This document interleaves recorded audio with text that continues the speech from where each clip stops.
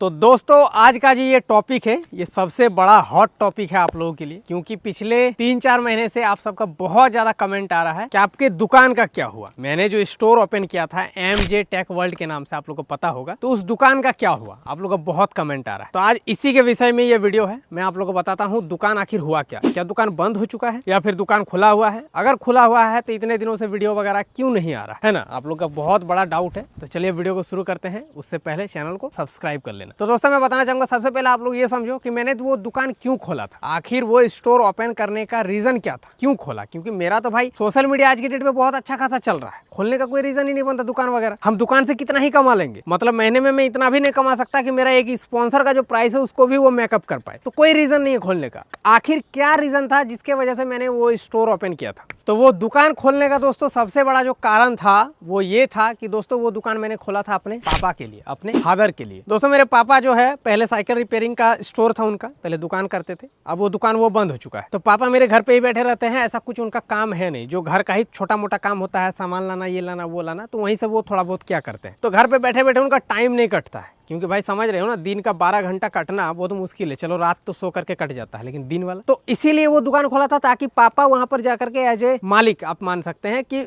बैठ सकते हैं, जाकर काउंटर पे बैठना है, बिलिंग काउंटर में जाके पैसा वगैरह काटेगा, टाइम भी उनका अच्छा खासा कट जाता है उससे। लेकिन अब हुआ क्या, ये दुकान जब मैंने अच्छा खासा इन्वेस्टमेंट के साथ ये दुकान स्टोर ओपन किया, उसके बाद पापा को जब वहाँ बैठने के लिए बोला तो कुछ दिन तो वो गए, उसके बाद उनको वहाँ पर मन नहीं लगता था, क्योंकि उनका जोनर का वो दुकान नहीं था। जैसे वो पहले साइकिल रिपेयरिंग का स्टोर करते थे, अब अचानक से मोबाइल वगैरह का, इलेक्ट्रॉनिक गैजेट्स बेचना, तो उनको समझ में नहीं आता था, उनको मजा नहीं आता था। अब वो धीरे धीरे जाना छोड़ दिए, अब वो वहाँ पर बैठना छोड़ दिए। उसके बाद क्या हुआ कि उस दुकान पे मैंने दोस्तों अपने ही रिलेटिव में 2 लोगों को रखा हुआ था जो कि दुकान में रहते थे। ठीक है, अपने रिलेटिव में ही 2 लड़का वहाँ पर दुकान में रहता था, क्योंकि मेरे रिलेटिव में ही अभी इतने सारे लोग हैं जो एक तरह से मान सकते हैं कि स्टेबल नहीं है, काम वगैरह उतना कुछ नहीं है, रोजगार नहीं है, और ऐसे भी धनबाद झारखंड में बहुत दिक्कत है भाई काम का। तो इसीलिए अपने ही लोगों को मैंने दुकान पर रख दिया था, ताकि उन लोगों का भी थोड़ा बहुत काम भी हो जाएगा, पैसा भी आ जाएगा और मेरा भी काम बन जाएगा। लेकिन यहाँ पर डिमेरिट ये था कि उन 2 लोगों में से कोई भी एक्सपीरियंस्ड नहीं था। जैसे कोई ऑलरेडी मोबाइल दुकान पे काम किया हुआ है, उसको मोबाइल दुकान पे रखोगे ना तो वो अच्छा खासा आपका मैनेज कर देगा। लेकिन कुछ आप ऐसे नए लोगों को रखोगे जिनको कोई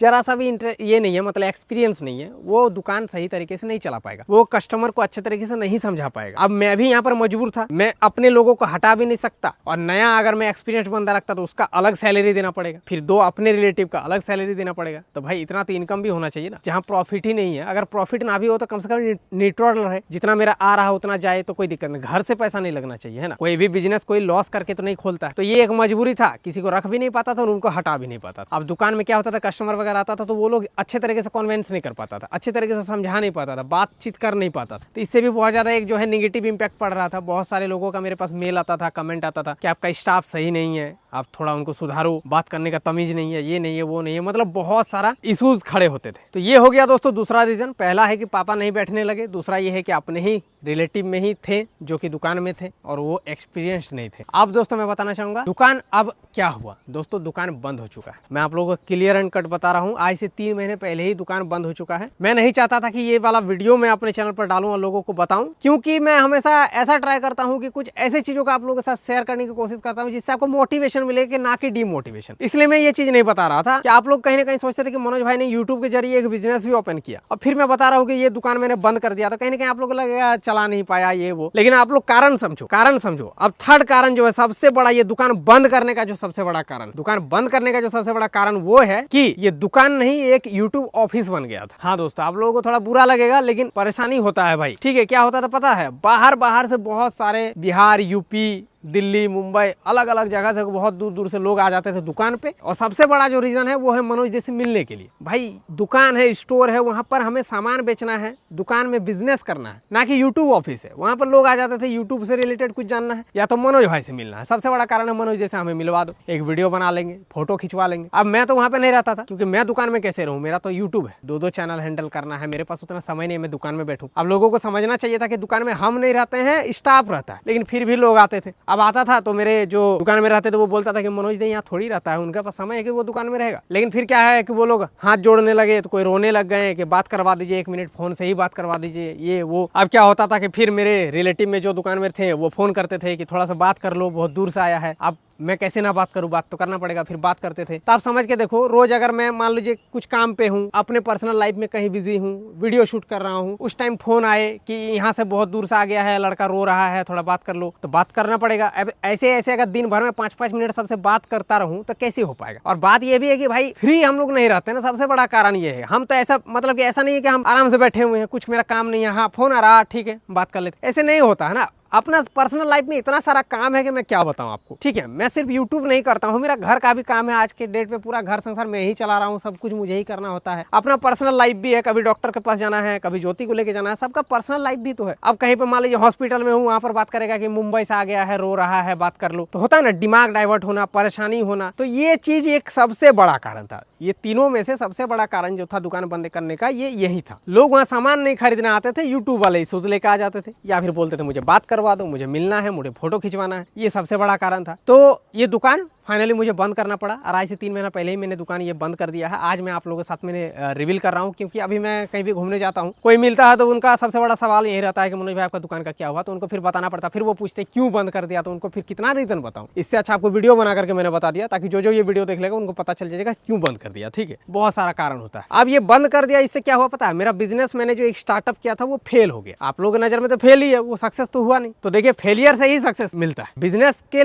लाइफ में, मतलब ऑफलाइन बिजनेस में, वो मेरा पहला बिजनेस था जो कि सक्सेस नहीं कर पाया, फेल हो गया। लेकिन ऐसा नहीं कि फेल हो गया तो मैं चुप बैठ गया, फ्यूचर में और भी कुछ करेंगे। और ये वाले दुकान पे ज्यादा दिक्कत होता था, मैंने गलत बिजनेस चूज कर लिया था, ये मुझे नहीं करना चाहिए था। क्योंकि एक चीज समझो कि मेरे पास समय नहीं है, और मैं स्टॉक्स को मेंटेन करके नहीं रख सकता, ना मैं सीसीटीवी कैमरा खोल के हर टाइम देख सकता हूँ कि क्या हो रहा नहीं हो रहा। और ये दुकान पे ऑनलाइन सारा कुछ अपडेट नहीं हो पाता, क्योंकि फोन वगैरह जो है वो तो चलिए ऑनलाइन बिलिंग हो जा रहा है, वो स्टॉक का मैं ख्याल रख सकता हूँ, जान सकता हूँ कितने मेरे घर मेरे दुकान पे कितने फोन बचे हुए, कितने कैमरे बचे हुए, बड़े बड़े चीज जितने भी। लेकिन छोटा मोटा चीज का स्टॉक्स का कैसे आप पता रखोगे। एक टेम्पर्ड ग्लास, उसका तो नहीं रख सकते। एयरपोर्ट कैसे रखोगे, स्मार्ट वॉच कैसे रखोगे। छोटा मोटा चीज बहुत है, यूएसबी केबल है, हाँ मतलब छोटा मोटा चीज बहुत होता है मोबाइल दुकान में, आप लोगों को पता होगा है ना। अब इतने सारे चीजों का कैसे स्टॉक मेंटेन करोगे आप, मुझे नहीं पता होगा। अब दुकान में क्या हो रहा है नहीं हो रहा है, इतना कुछ मेंटेन भी नहीं हो पाएगा। तो मुझे दोस्तों ऐसा कुछ बिजनेस खोलना चाहिए था जिसपे मैं ना भी रहूं, मैं समय ना भी दूं, फिर भी वो ऑटो मोड पे चलता रहे, ऐसा मुझे कुछ चाहिए। लेकिन मैंने गलत बिजनेस चूज कर लिया, ये मेरे लिए नहीं था, ये मेरे लायक बिजनेस नहीं था। मुझे कुछ ऐसा ही बिजनेस ओपन करना पड़ेगा अगर फ्यूचर में कभी करूं, जिसमें मुझे क्या है कि थोड़ा सा भी मैं दिमाग ना लगाऊं और अपने आप चलता रहे, है ना। वो चीज मुझे करना पड़ेगा। तो ये गलत डिसीजन था, गलत बिजनेस था, जो कि फेल हो गया। बाकी फेल होने का रीजन आप लोगों को मैंने बता दिया, 2-3 रीजन है, तो बस यही कारण है। अब बंद हो गया तो हो गया, अब देखते हैं फ्यूचर में क्या करना है। और रही बात लॉसेस की, तो भाई लॉस अच्छा खासा हुआ है दुकान बंद करने में। लॉस तो होगा ही, उतना उतना फर्नीचर, इंटीरियर बनवाया था दुकान का, फॉल सीलिंग बनवाया था, लाइट्स वगैरह, एसी वगैरह सब कुछ था वहाँ पर, सारा कुछ बर्बाद। जो गोटा गोटा सामान होता है वो सारा रिटर्न हो गया, ब्रांड के थ्रू जितने भी कंपनी के माल थे वो रिटर्न हो गया। लेकिन बहुत सारा चीज नहीं रिटर्न हो पाया, वो सब चीज मैंने किसी दुकानदार को दे दिया ऐसे ही 50% लेस करके। तो बहुत ज्यादा लॉसेस वगैरह भी हुआ है, और कुछ ना कुछ सीखने को भी मिला। जिंदगी में हर एक चीज से कुछ ना कुछ सीखने को मिलता है। मुझे एक चीज पता चल गया कि इस तरह का बिजनेस मेरे लायक नहीं है। कुछ करना है तो भाई बड़ा लेवल में करो, जिसमें टाइम ना देना पड़े और अच्छा खासा प्रॉफिट भी आए। ये सब छोटा मोटा बिजनेस करके मजा भी नहीं है। देखते हैं फ्यूचर में कभी कुछ और करेंगे तो प्लानिंग करेंगे तो आप लोगों के साथ शेयर भी करेंगे। बाकी दोस्तों बिजनेस बंद हो चुका है, आप लोगों के साथ मैंने पूरा क्लियर बता दिया क्यों बंद हो गया। अब अगर कहीं मिलोगे आप मेरे से तो भाई ये सवाल मत पूछना कि दुकान का क्या हुआ, मत पूछना। बहुत परेशान हो गए, कितने लोगों को एक्सप्लेन करा, कितने लोगों को बताएं दुकान का क्या हुआ नहीं हुआ। मुझे खुद बुरा लगता है ना, मैंने भी एक बहुत मेहनत करके 6 महीना उसके समय दे करके अपने दुकान को खोला था, लेकिन नहीं चल पाया। चलिए कोई बात नहीं, बाकी वीडियो को लाइक करें, शेयर करें, चैनल को सब्सक्राइब करें, अपना कमेंट में राय बताएं। मिलते किसी नेक्स्ट वीडियो पे, तब तक के लिए जय हिंद, वंदे मातरम।